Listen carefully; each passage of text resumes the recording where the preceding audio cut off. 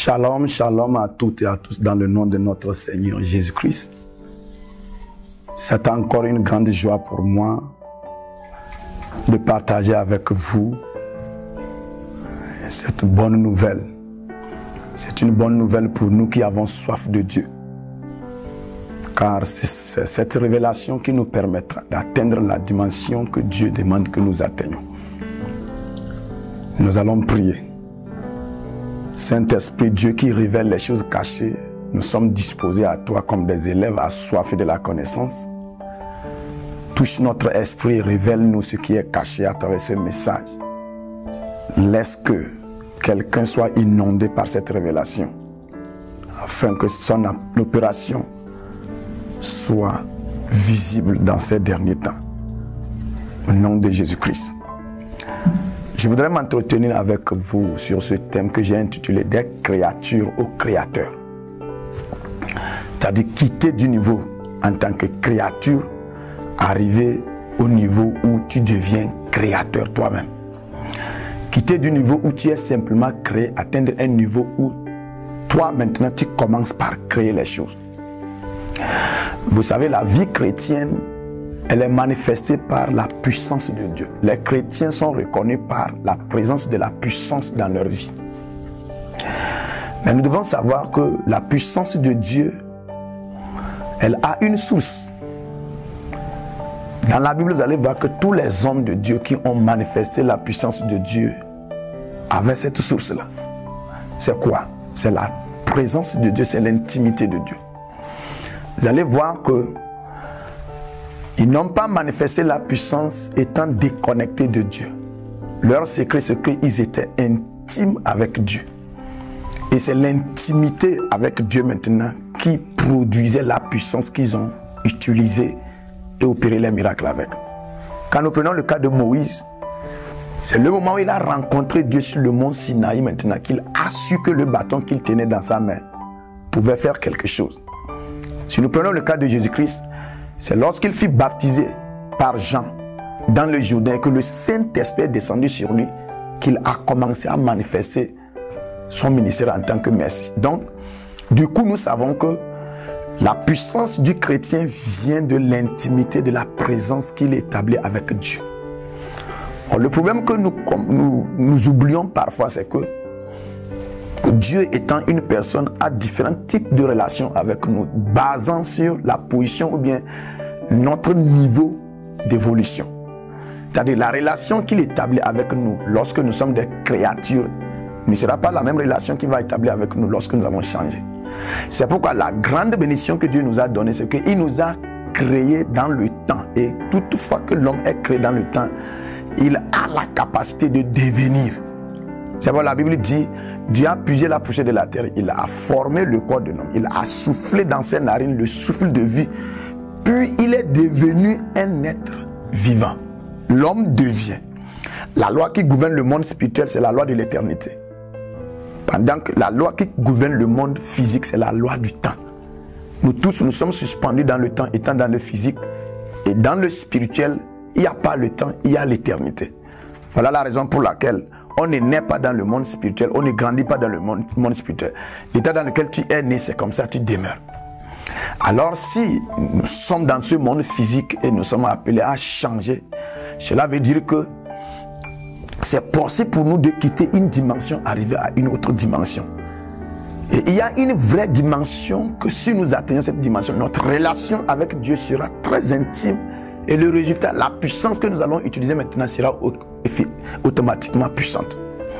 C'est pourquoi dans cet enseignement, je voudrais te donner le processus ou la procédure par laquelle tu peux quitter de ce niveau de créature, atteindre une dimension donnée où la relation que tu vas établir avec Dieu sera très puissante et le résultat, la puissance sera émanée dans ta vie. Alors, j'ai sectionné cet enseignement en deux parties. La première partie, nous allons survoler les toutes premières étapes par laquelle ou dans lesquelles tu vas devenir, tu vas quitter de l'état de créature, atteindre une certaine dimension donnée. Nous devons savoir quelque chose. Lorsque Dieu a créé Adam dans le jardin, il est vu comme une créature. Alors Adam était dans le jardin d'Éden comme créature. Automatiquement, il voit Dieu comme quoi? Créateur. La relation qui existe entre créature et Dieu, c'est une relation de créativité. Dieu, créateur, a créé la créature. Donc toute chose que Dieu a créée, regarde Dieu comme créateur. Et si nous sommes là en tant que créateur, notre relation avec Dieu sera basée seulement sur le sens de la créativité. Alors vous allez comprendre que si nous voulons opérer certaines choses en tant que créature, nous ne pourrons pas. Alors il faut quitter du niveau créature, aller dans une autre dimension. Et cette transformation est possible. Elle est possible et c'est ce que Dieu demande de notre part. Alors la toute première étape, c'est l'étape de créature. Nous tous, nous sommes créés par Dieu. Tu vas entendre beaucoup de personnes dire, nous tous, nous sommes les enfants de Dieu. Non, nous tous, nous sommes les créatures de Dieu. C'est Dieu qui nous a créés. De la même manière dont il a créé les étoiles, les astres, les arbres, les pierres. C'est de cette même manière qu'il nous a créés. Nous sommes des créatures. Mais quelque chose se passe maintenant. Quant à nous les hommes qui sont d'abord des créatures, Dieu a envoyé sa parole. Dans Jean chapitre 1 verset 1 dit, au commencement était la parole était avec Dieu, elle était Dieu. Et toutes choses ont été créées par elle. Rien de ce qui a été créé n'a été créé sans elle. Ça c'est notre première étape de créature. Dans verset 11 il dit, la parole est venue chez les siens, mais les siens ne l'ont pas reconnue. Ça veut dire qu'entre-temps, la parole qui a créé les créatures est arrivée visiter. C'est un type de créature, les hommes. Mais les hommes qui ont rejeté cette parole qui est leur créateur, qui était entre-temps les créateurs maintenant, ils ont demeuré toujours des créatures. Et la Bible dit, à ceux qui l'ont reçu, à ceux qui croient en son nom, la parole maintenant donne à ce type de personnes qui ont cru en elle le pouvoir de devenir enfants de Dieu. C'est en ce moment qu'on quitte de l'étape de créature à l'étape enfant de Dieu. Ils sont devenus enfants de Dieu par un pouvoir. Nous tous, nous sommes des créatures de Dieu, mais nous tous, nous ne sommes pas des enfants de Dieu. La Bible dit, pour devenir enfant de Dieu, il faut que la parole te donne un pouvoir. Et avant que la parole ne te donne ce pouvoir-là, tu dois croire en elle. Tu dois accepter cette parole-là. Croire en elle, c'est en croyant en cette parole-là qu'elle te donne le pouvoir maintenant de devenir enfant de Dieu. Et quand tu deviens enfant de Dieu, il y a un lien très direct entre toi et Dieu. Dieu ne sera plus ton créateur, Dieu va devenir maintenant ton père. Et la différence, c'est que quand il est ton père, la manière dont il vit avec toi, c'est différent. Et la puissance que tu reçois de Dieu, parce qu'il est père maintenant, c'est différent de la puissance que tu avais parce que tu étais sa créature. Mais il y a un problème. Nous les chrétiens, nous sommes à ce niveau d'enfant de Dieu et nous tous, nous sommes contents. Nous nous limitons à cette étape. Je suis enfant de Dieu, je suis enfant de Dieu. Mais Galates chapitre 4 nous dit quelque chose. La Bible nous dit là-bas que aussi longtemps que l'héritier est enfant, il ne diffère pas d'un esclave. Aujourd'hui, le grand problème, c'est que nous, les chrétiens, nous sommes enfants de Dieu, mais nous sommes au même moment esclaves. Être enfant de Dieu, ça ne fait pas de toi différent d'un esclave. Parce que à cet âge d'enfant, tu n'as pas la capacité de comprendre, de gérer les biens que ton père te donne. On dit aussi longtemps que l'héritier demeure enfant, je dis qu'il ne diffère pas d'un esclave. Il est soumis à des tuteurs. Les rudiments du monde. C'est pourquoi tu vas voir certains chrétiens, ils sont enfants de Dieu et ils n'arrivent pas à manifester certaines dimensions en tant que chrétiens. C'est parce que leur niveau, à l'heure là, ils sont au niveau enfant de Dieu. Ils expérimentent des limites dans leur vie. Et à ce moment donné, on croit que c'est parce que Satan est trop puissant qu'on n'arrive pas à réaliser certaines choses. Non, ce n'est pas que Satan est trop puissant. C'est que nous n'avons pas encore atteint la dimension que notre Père nous demande. Alors, lorsque nous quittons de créature, on va à l'enfant. Et quand nous voulons quitter maintenant de l'enfant, quelque chose se passe. Jésus-Christ était enfant et qu'est-ce qui s'est passé? Il a fallu que Marie et Joseph le transportent pour fuir ce que Hérode préparait. Alors, il a fallu que dans le Jourdain, le Saint-Esprit descende sur Jésus-Christ. Alors nous les enfants de Dieu, lorsque le Saint-Esprit descend sur nous, c'est en ce moment que nous quittons de l'étape de l'enfance.